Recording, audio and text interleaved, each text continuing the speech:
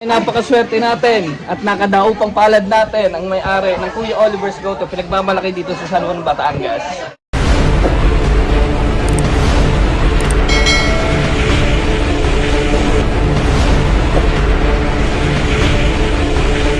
Short vlog lang po dito sa Kuya Oliver's Goto. Tara, kain tayo.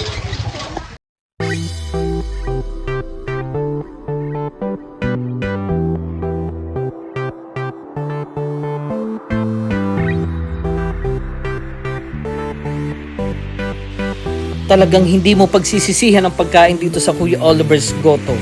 Tingin pa lang, busog na busog ka na. Sa sarap at sa fresh ng kanilang mga inihahanda dito sa Kuya Oliver's Goto dito sa San Juan, Batangas. Kitang-kita naman natin. Alay, talagang napakasarap ng pagkain din sa Batangas.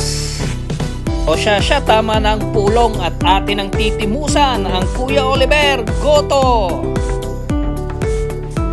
Ay kita mo ga iyan, sa tabang iyan, putok-batok sa sarap. Talagang ang pagkain dito sa Batangas ay iyong ipagmamalaki. Alay, akasarap. Ayan, aham, first bite, sa sarap naman ang goto ni Kuya Oliver.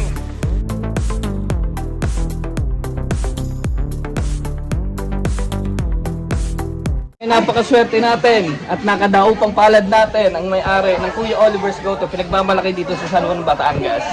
Ayan. Sarap ng goto niyo, sir. Talagang yan po sir, ay talagang ating masusing pagluluto ay laging nakalalay ang sariwang baka. Yan ang number 1 sa ating pampasarap ng goto. Kasi pa siyempre marami-rami ang luto natin. Kaya yung lasa ng mga bulalo, lahat ng parte nandiyan na.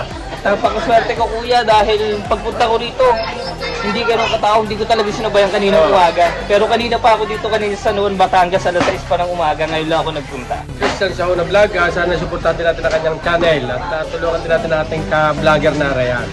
Salamat po. Okay. Alay, kita mo gaya na i-promote pa ni Kuya Oliver ang aking channel, Christian Sahona TV.